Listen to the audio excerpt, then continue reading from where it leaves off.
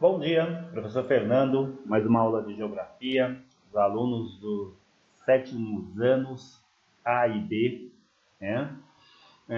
Apostila 3, né? Estamos trabalhando o capítulo 8, né? Que fala sobre os grandes domínios do Brasil, e nessa aula nós vamos trabalhar mais alguns domínios, como mares e morros. Nós vamos trabalhar as pradarias, né? Vamos estar dando uma assentada geral nesse conteúdo. Quando eu falo de domínios de mares e morros, né? Eu estou falando de um domínio muito centrado, principalmente, na parte sudeste do Brasil, ou seja, próximo ao Oceano Atlântico, né? Então vai pegar uma parte do centro-sul de Minas Gerais, essa região mais afastada do oceano, porém pega o estado de São Paulo, né? Parte serrana do estado de São Paulo, dos estados do Rio de Janeiro e do Espírito Santo. Então, aqui nós temos o mapa, né, do domínio de mares e morros. Vocês vão observar que esse domínio está muito próximo ao litoral, como está no mapa, e pega mais na parte baixa, a parte centro, né, centro-sul de Minas Gerais. Vamos entender um pouco das características, né, desse domínio dos mares e morros. Ele tem como ponto forte a Mata Atlântica, né?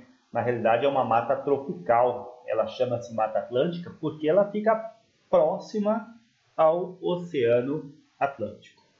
Então vocês podem observar a Mata Atlântica, né? Aqui na parte de baixo vocês vão encontrar de uma forma bem consistente, né? Uma parte praiana, uma parte de praia. Eu tenho essa área com mais ou menos 1 milhão, né, de quilômetros quadrados.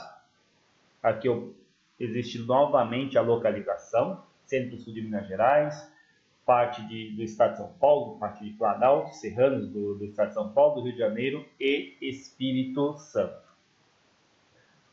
Clima predominante é o clima tropical de altitude, né? É importante ressaltar para vocês que o que predomina no Brasil é o clima tropical. Porém, esse clima tropical, ele tem várias características diferentes. Eu posso ter o clima tropical litorâneo, eu posso ter o clima tropical típico, eu tenho o clima tropical de altitude. No caso do domínios de mares e morro, o clima predominante é o clima tropical de altitude. Quais as características desse clima? O próprio nome, mais ou menos, que define. É um clima típico de lugares mais altos, regiões planálticas.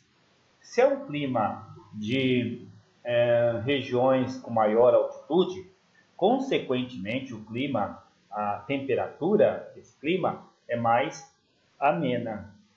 Então, vou dar um exemplo muito claro desse clima tropical de altitude, que vocês com certeza devem se lembrar quando eu estiver falando desse clima tropical de altitude. A cidade de Campos do Jordão, né? A cidade de Campos do Jordão tem um clima tropical de altitude. Então é importante vocês terem a ideia que Campos do Jordão fica a 1.750 metros acima do nível do mar. Então, por exemplo, quando São Paulo estiver com 25 graus, tá? Campos do Jordão vai estar com 22, 21 graus e meio. Então, sempre uma temperatura um pouco mais baixa. Por quê? Tem aquela máxima, maior altitude, menor a temperatura. No Planalto Atlântico, né, onde está esse clima tropical de altitude, onde estão os mares e morros, né, tem o que? A nascente, cabeceira, né, de importantes rios, né? O Rio São Francisco, na Serra da Canastra, em Minas Gerais, o Rio Grande, o Rio Tietê, aqui no estado de São Paulo, o Rio Paranapanema, Paraíba do Sul, no estado de São Paulo. Lembrando que o rio Tietê nasce na Serra do Mar, na cidade de Salesópolis, né? E esse rio, por exemplo, o rio Tietê, ele deságua, assim como o Paranapanema, Paraíba do Sul, ele deságua no rio Paraná, na grande bacia do Paraná, né? Onde nós temos, por exemplo, a grande usina hidrelétrica de Itaipu. Rio São Francisco, ele nasce na região sudeste, Minas Gerais, e suas águas correm para a região nordeste, o importante rio da região nordeste.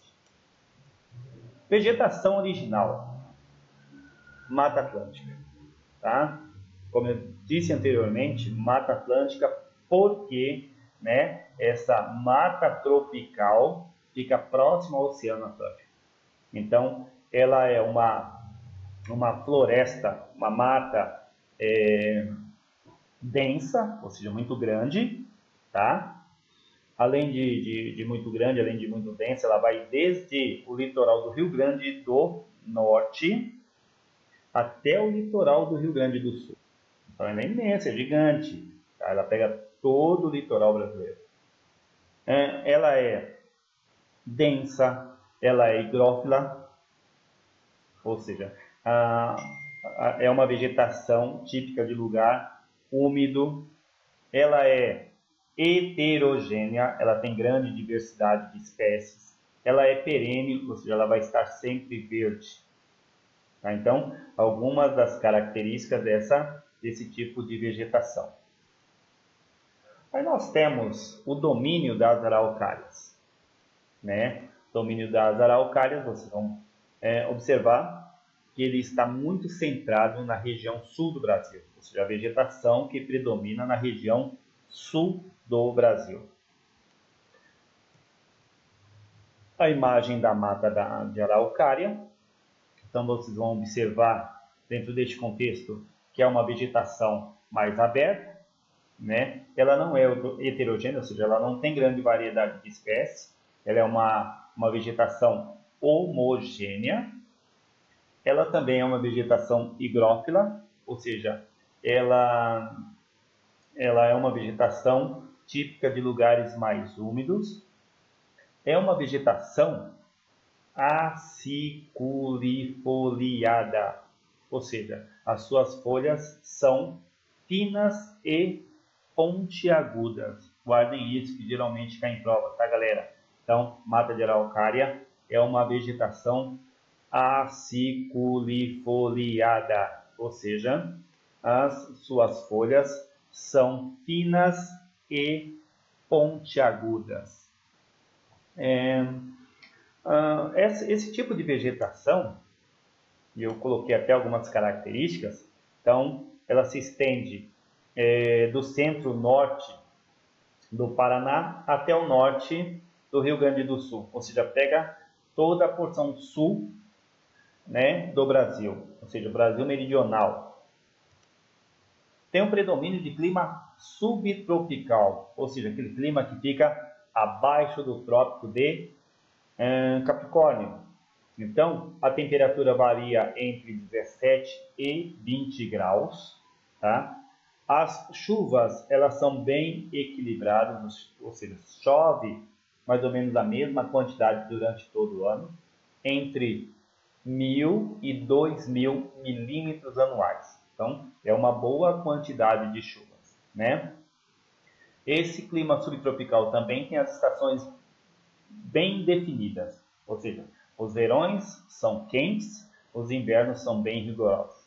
Esse tipo de clima é muito parecido com o clima do hemisfério norte, ou seja, muito parecido com o clima da Europa. Estão alojadas nessa área importante duas bacias hidrográficas extremamente importantes, a bacia do Rio Paraná e a bacia do Rio Uruguai. Essas duas bacias pertencem a uma bacia maior, que é a chamada Bacia Platina. Vamos estudar isso um pouco mais à frente. E voltando aqui, né, a vegetação que predomina nessa região é a mata de araucária. Ela também é conhecida como mata dos pinhais ou pinheiro do Paraná. né? Então é a vegetação típica dessa região. Domínio das pradarias. Isso fica mais, esse tipo de domínio fica mais no extremo sul do país. Esse domínio das pradarias pode ser também conhecido como a região dos Pampas, chamados Pampas Gaúchos, né? Então, tem esse nome. Ou pode ser conhecido também como a região domínio dos Campos. Então, essas três denominações podem ser inseridas nesse domínio. Domínio das pradarias. Quando eu falo muito em pradarias, esse nome é muito utilizado na Europa, nos Estados Unidos, no Canadá, as pradarias canadenses, as pradarias estadunidenses, as pradarias europeias. Aqui no Brasil, costuma-se falar em domínio dos Pampas ou domínio dos Campos. Aqui, ó, bem no extremo sul do Brasil, bem na última parte do Brasil ao sul. Então aqui nós temos o domínio das pradarias. Vocês podem perceber que esse domínio das chamadas pradarias é uma vegetação herbácea, ou seja, uma vegetação rasteira, uma vegetação que eles chamam de gramínea, ou seja, formada por gramas, né? Ela é excelente para o cultivo de grãos, por exemplo, né? Soja, trigo, milho, né? Ela é excelente também para a prática da pecuária. Podem observar nessa imagem, né? Tanto que o sul do Brasil, eles têm uma pecuária muito forte, com as melhores carnes, vamos dizer assim, né? Por quê? Porque o gado ele não fica subindo muito morro. Então é o tipo de carne mais macia, que tem um preço mais elevado no mercado. E nós temos aqui, também no extremo sul, nessa região, as chamadas coxilhas, né? Coxilhas é um tipo de vegetação rasteira, porém constituída em um relevo, né? Formado por ondulação, né? Então, nós temos esse relevo formado por ondulação, também muito forte na agricultura, também muito centrado na criação de gado. Depois nós temos as chamadas zonas de transição, ou seja, vegetações que ficam entre. Então aparece aqui o agreste, aparece o meio norte e aparece o Pantanal. Então vamos falar primeiro do agreste, tá? O que é o agreste? O agreste é uma vegetação de transição, ou seja, transição por quê? Porque o agreste fica entre a zona da mata, tá? Ou seja, a zona da mata, Mata Atlântica, e a Caatinga. Então, o agreste tem muitas características de zona da mata, quando ela está próximo, né, ao litoral, ou ela tem característica de Caatinga, quando ela está mais próxima ao sertão.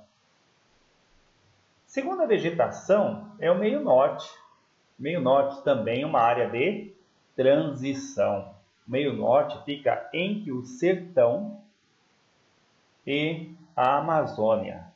Então, essa área de transição, ela tem como ponto forte o que eles chamam de Mata dos Cocais, né?